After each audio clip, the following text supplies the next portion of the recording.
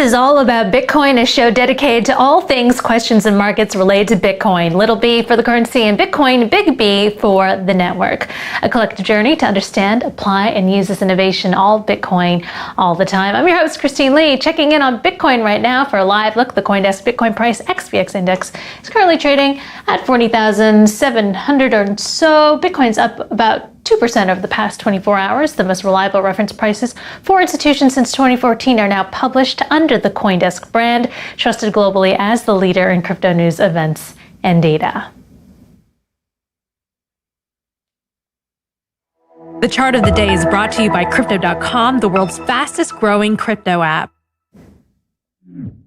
All right, Bitcoin seeing signs of life after a month of dashed hopes, but experts warning it may be too early to call a resumption of the broader bull run. While Bitcoin briefly topped 41,000 on Monday and is retesting that resistance today, analysts at stack funds and investment platform eToro are waiting to see if that level can be sustained by the week's close before calling it the bottom for Bitcoin, which could then pave the way for a bullish revival.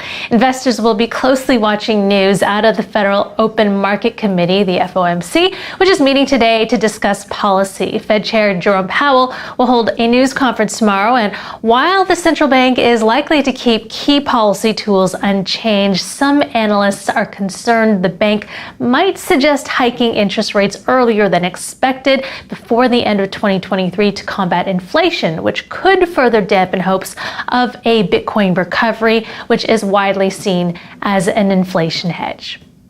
Looking at our top stories, crypto investment firm Bitwise Asset Management raising $70 million at a $500 million valuation, CoinDesk has learned. Investors include a who's who from the financial world, such as billionaire investor Stanley Druckenmiller, the CEO of Bridgewater Associates, and a senior manager at Blackstone.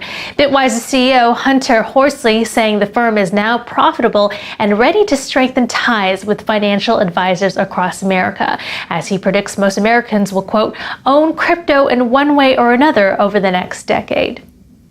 Meanwhile, hedge funds see over 7% of their assets in crypto by 2026, a survey by fund administrator Intertrust finds, with almost a fifth expecting more than 10% of their investments in crypto.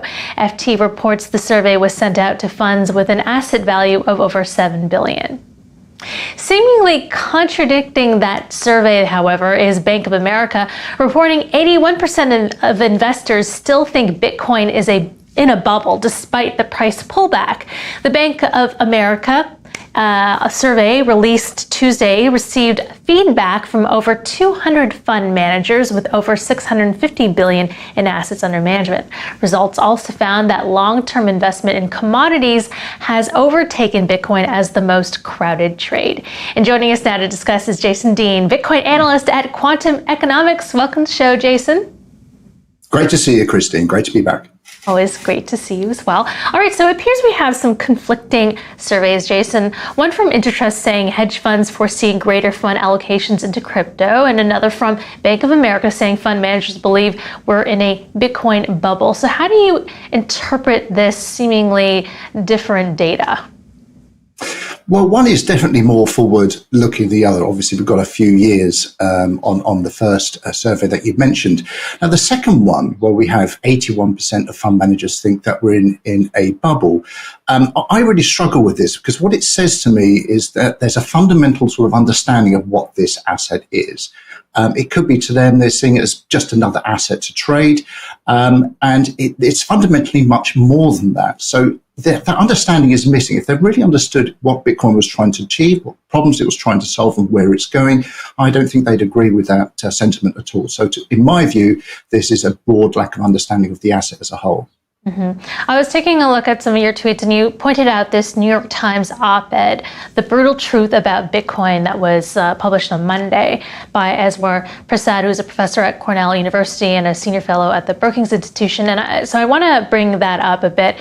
Some of the arguments out there, the fear, uncertainty, and doubt, if you will, on Bitcoin. And one of them is, some of the criticisms, Bitcoin has become, quote, cumbersome, slow, and expensive to use. It takes about 10 minutes to validate most transactions. The transaction fee has been at a median of about $20 this year, and Bitcoin's unstable value has also made it an unviable medium of exchange. It is as though your $10 bill could buy you a beer on one day and a bottle of fine wine on another. So just, first off, maybe address some of these volatility and concerns with the transaction fees and the slowness of the network, if you will. Okay, I'm trying to sort of rein myself in a little bit because I do get a bit irritated about this coverage sometimes, particularly in something like the Wall Street Journal. Sorry, it's not New York Times. I better get that right. I understand it's an opinion piece, but this is someone who's writing like it's 2015. I don't mean that disrespectfully, really, but there should have been more research carried out here. And there's a lot of points to cover in 30 seconds. But I would say, in terms of volatility, we're not going to get to the value of where Bitcoin's going to be in the future without some volatility on the way. And that's inevitable, that's accepted, that's going to happen. Transaction fees, again, he's talking about the base layer. He does this thing where he compares with Visa and Bitcoin. They're completely different things, settlements to transactions, excuse me. So we have an issue there as well. And also, you've got to remember, we've got a precedent now with El Salvador. We know that the Lightning Network is heavily in use over there. And I'm sure you've seen, as I have, the tweets of people using it in a real-time environment, very cheap, very fast. That's where we're heading. Mm-hmm. Another, and we have time for you, Jason. So another one of the criticism here is that Bitcoin doesn't offer true anonymity. And we saw that with the latest ransomware attacks, where about over $4 million was taken in ransom from Colonial Pipeline, and the government was able to recover about half that. And so now some of the critics are saying, well, some of the censorship-resistant arguments and the values and benefits of Bitcoin and that are no longer true. Well, I would say that they were probably never true. You've got to understand that criminals in the early days didn't understand Bitcoin any more than anyone else. So they thought they could do these transactions and no one would ever find them. But of course, the blockchain records these transactions and you can see them. Now, I should point out that the way the recovery by the FBI of this money was covered by the mainstream media isn't quite correct, because really those hackers, despite achieving this money, made a bit of a fundamental error in the way that they stored that money. It's the sort of Bitcoin equivalent, I suppose, of leaving your card and PIN number out. It can be found in that respect and access. So it's not like Bitcoin is hacked. It's not like the network is insecure. It's a question of how you look after your Bitcoin. If someone's looking for it and you haven't done it right, you are at risk. Yeah, and government officials have been actually using Bitcoin to recover or to trace criminals in this way. And so those critics who say it's used in money laundering and illicit activity also have to contend with those facts. But here's another criticism out of this op-ed that, that I found interesting, which was, rather than truly democratizing finance, some of these innovations may exacerbate inequality. So the author saying computer algorithms could worsen entrenched racial and other biases in credit scoring and financial decisions rather than reducing them. The ubiquity of digital payments could also destroy any remaining vestiges of privacy in our day-to-day lives. How do you address those concerns? Look, we are not talking about Bitcoin when we are talking about this sort of stuff at the end of the day. That's the reality. I read that part actually more times than I did any other part of that article. And I really struggled with the argument or how he's trying to portray as something that could happen, might happen with a slightly different system, possibly sometime in the future. Again, it's something that irritates me a bit with this sort of level of journalism, because it isn't correct when we're talking about Bitcoin, the asset itself. So I disagree completely, and I actually struggle to see the argument a bit, if I'm honest. Okay. So switching subjects here, where do you see your outlook on Bitcoin right now? We seem to be trading sideways at the moment, struggling to break either up or down. Where do you see Bitcoin in 3 months?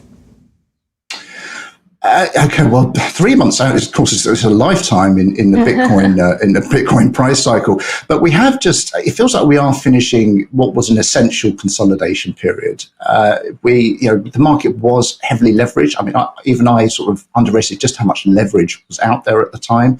By the way, you don't need to leverage Bitcoin. It's an asset, in my view. It doesn't need leveraging, but that's another story. So we've come to, it feels like towards the end of that period, we had to have it. We needed a consolidation. We needed a base for the next breakout, the next move. My personal view, and it is my personal view, is that move will be upwards with the sentiment and the adoption and development that's going on at the moment. But in terms of actual price figure, well, I couldn't give you that. I just don't know. Fair enough. Speaking of development, I think one of the biggest stories to come out of the past couple of weeks is El Salvador accepting Bitcoin as legal tender. I want to get a bit of your reaction to that and whether we might see a domino effect. I mean, which country could be next? Yeah, I love that. I mean, I couldn't get tickets to Bitcoin 2021. Well, I couldn't get flights, more precisely, because we've still got these quite strict lockdowns here in the UK. But I did watch Jack Mallers' speech and watched it live. I had tears in my eyes, to be totally honest, because it's exactly the sort of area I think Bitcoin really makes a difference. So I'm very passionate about it. I love it. I've been writing about it quite a lot in the last few days, just published an article actually in the last hour on this subject. And to me, this is a perfect use case for Bitcoin. If you do the maths with the numbers that both the president and Jack Mallers gave, you'd be looking at El Salvador adding about $5.4 billion a year to their GDP, just based on the numbers they gave us. That is a rough estimation. The detail is in the article. Now, in terms of who comes next, well, we know that Latin America, there's quite a few countries there now who've been making positive noises about this. But also we've had Tasmania as well. It seems to be paving the way. It's hard to say who's next, but I think someone else is going to be next reasonably soon.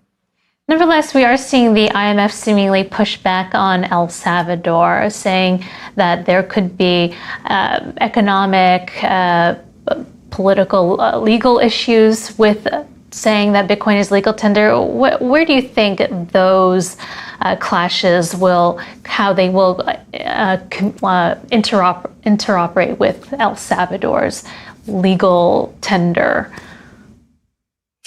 Well, this is a difficult one because for everyone, we're in uncharted territory now. We've never had a country that's decided to come along and say, right, we're going to have Bitcoin as our legal tender. And it did take everyone by surprise, probably not Jack Mallers, but I didn't have El Salvador on my list as being the next likely suspect, I'll be completely honest. So where we go from here is going to be fascinating to see, because the IMF is sort of, trying to apply a bit of pressure in a way. I don't think El Salvador are really going to listen to that. I think they've made the decision, they've nailed their colours to the mast, and they're going to stay there. And I think the Bitcoin community globally will rally around and provide that support.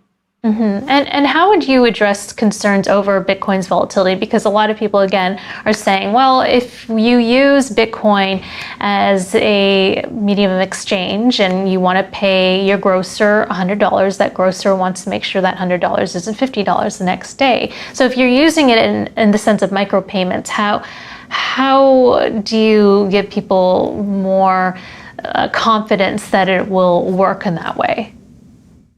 Well, I actually think that's a very fair point, because I actually read the law that Nayib Bukele put. I probably haven't said that in a very El Salvadorian way, but you understand what I'm saying. I read the law in great detail that he put through. It's 3 pages, really simple, plain language, absolutely fantastic. And one of the articles does talk about presenting prices in Bitcoin. Presumably as well as in dollars, which is what they use, otherwise US dollars. Now, that to me raises all sorts of issues about how you would do this with the short-term movements with Bitcoin. And it's going to be one of the problems that they are going to have to solve.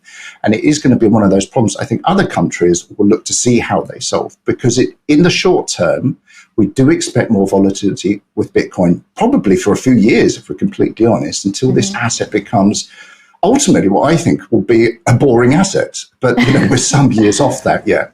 And just one last question really quickly. I've been asking this one a lot, but what will happen to the US dollar if and when Bitcoin becomes the global reserve currency of the world? Well, that is a big if. Look, there's a number of different scenarios that we could play out here.